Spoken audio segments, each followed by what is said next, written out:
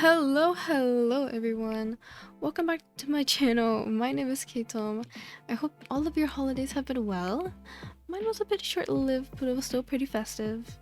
And before I continue, I just want to apologize for the late upload today. I think by the time this video is uploaded, it'll probably be the morning after I plan to have this video up. And if you want to know why, it's because my day started a bit late, that I had to leave the house for a couple of unplanned trips, so my whole process got a little interrupted and I wasn't able to finish it and, well, finish recording, editing, and recording my voiceover to get this up at my usual time. But not to fear, this is still getting out. Just a little bit later than usual. Anyways, in today's speed build, we are building a Freelancer's tiny retreat. Now, this will sound a bit odd once we start furnishing the interior, but don't worry, I think it turns out fine. To give you a vague idea, think of the roughed up tile from StrangerVille and the moldy wallpaper from City Living. Although probably a lot, no, just maybe a bit cleaner than the image in your head right now. I think the exterior has cozy vibes to it, and I'm not sure where that idea went when I moved onto the inside. Anyway, I still think that the sim that lives here would probably think of it as giving the house personality and also something they just want to keep for themselves. And I almost forgot a little bit about this house. It is being built on a 20 by 50 in Willow Creek. Nope, a 20 by 15 in Newcrest actually, called Oak Alcove. It's one of the two 20 by 15 lots up in the most north neighborhood. I mean, like I said, two 20 by 15 lots. They're right next to each other in the same neighborhood, so if you want to download it, it is actually up on my gallery under my ID CAITOM, and I hope you all enjoy. Because this is a tiny house, it is a bit of a stretch for a 1-bed, 1-bath, and the entire living space for the sim and the cat. But don't worry, there was still plenty of living space in the porch and the yard, which spans about half, well, pretty much the rest of the lot. Actually, before I started building this, I was attempting to build a brighter and more modern tiny house. Unluckily for me, I just couldn't execute the vision I had in my head and tried again for probably two more hours, because a lot of bulldozing went into effect. I had a bit of a builder's block, meaning I was just spitting out fumes of build attempts before deciding to take a step back. I actually went back to find a different inspo reference picture, and I actually stumbled across a picture of a real tiny house on Pinterest. It paired this navy blue with orange wood tones. Those would be the same colors that I'm actually using for the entirety of the shell.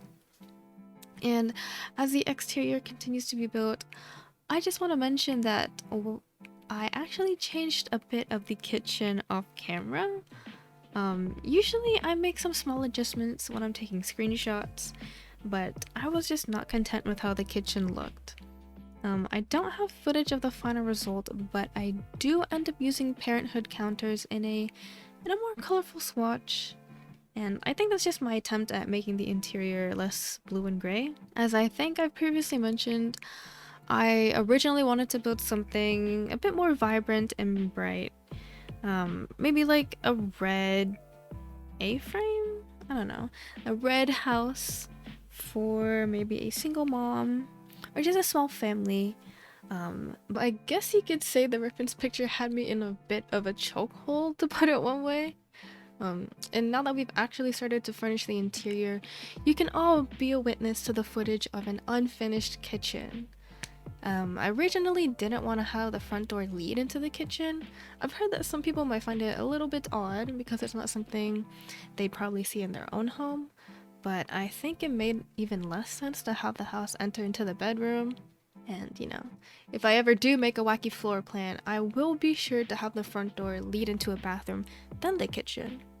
Actually, I would actually love to hear what you all think about a seemingly normal house with a really weird floor plan.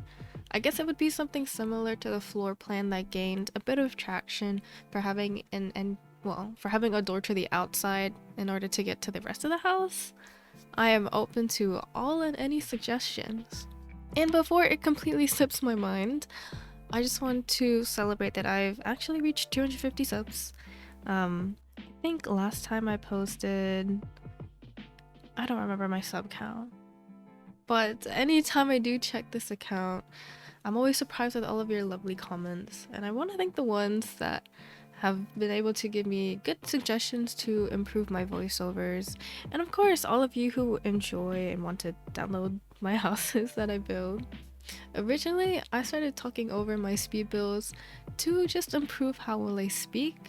Under different circumstances, I usually speak too quickly and about random things that don't really have enough correlation for the other person to follow. At least that's what it seems like to me. But after taking my speech class this semester and your suggestions to prep like more than I did before recording, I've hopefully improved even just a smidge.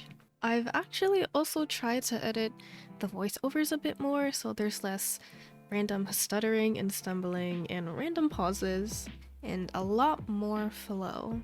It's certainly a process that leaves me with less audio than I do footage, so I sometimes do end up cutting the rest of the landscaping at the end of the video a little bit early. But I hope it's not too disruptive, anything that I've done. But enough about that, let's talk about the interior, shall we? Right now, I'm working on the other half of this house, which is 58 out of 64 tiles in total. That means this house is a tier 2 home. If you have the tiny living stuff pack and you have that lot available to you. That's something I forgot to mention. It is a tier 2, and that means there is faster skill building, faster relationship gain and loss, and definitely decreased bills. I'm not sure what the rest of the perks are for a tier 2, but those are just the ones I can for sure name off the top of my head. Now, right now, you probably saw me going back and forth.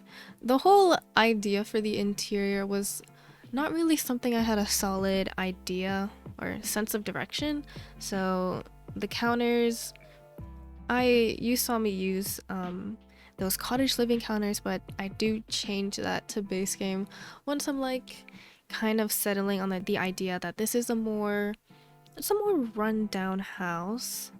But of course, you've all heard me mention that I changed them to actually a different counter set because nothing like a little indecision in the heat of the moment.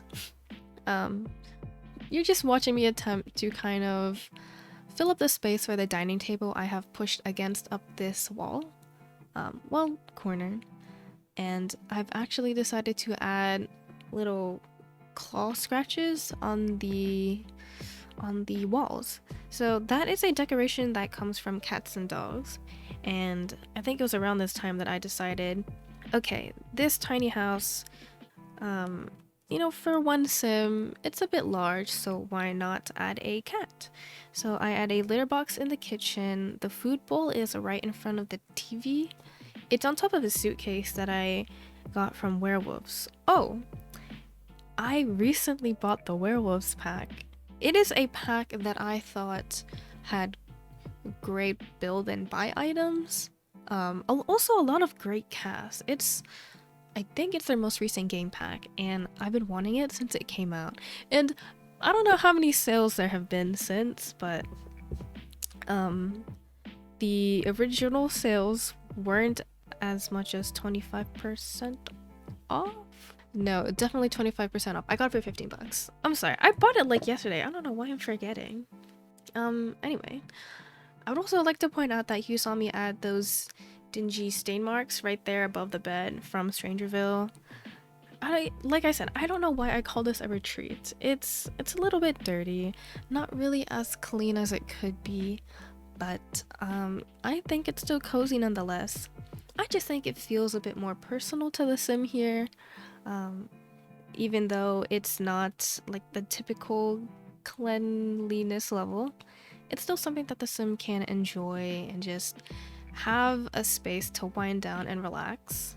And the wallpaper, I know, is very very dull and white. I wasn't sure what I wanted to do with the walls. I know there was new paint wall decorations that came with Werewolves, like the posters you saw me put next to the dining table. But because I have windows here, the space that I place the posters in are a bit odd. Actually, that's also something I change off camera when I'm taking screenshots.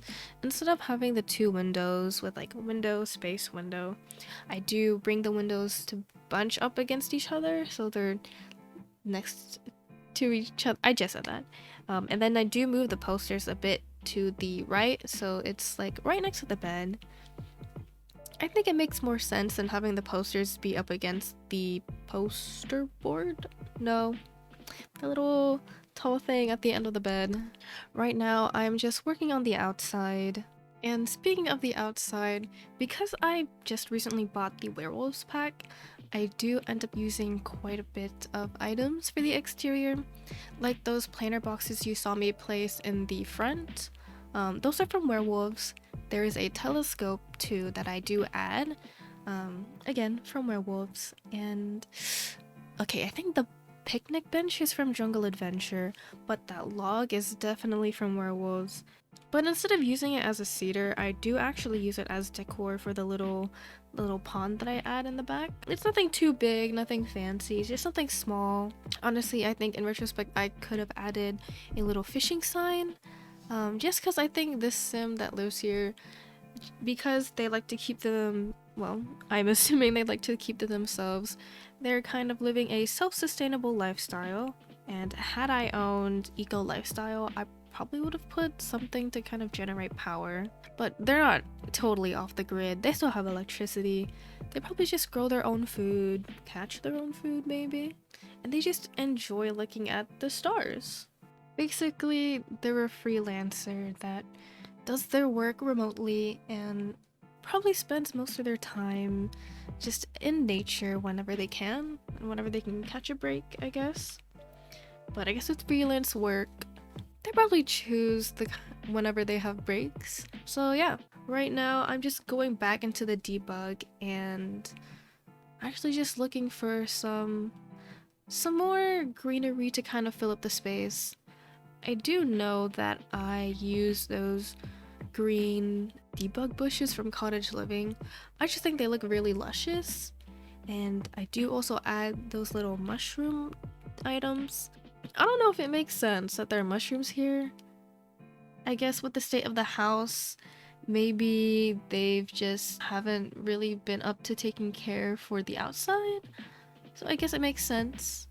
And that is pretty much the house done. I just want to thank you all so much for watching as we near the end of the video. If you want to download this home, it is actually up on my gallery under my ID caitom. Feel free to like, subscribe, and let me know what you think in the comments below. I hope to see you all in the next one. Bye!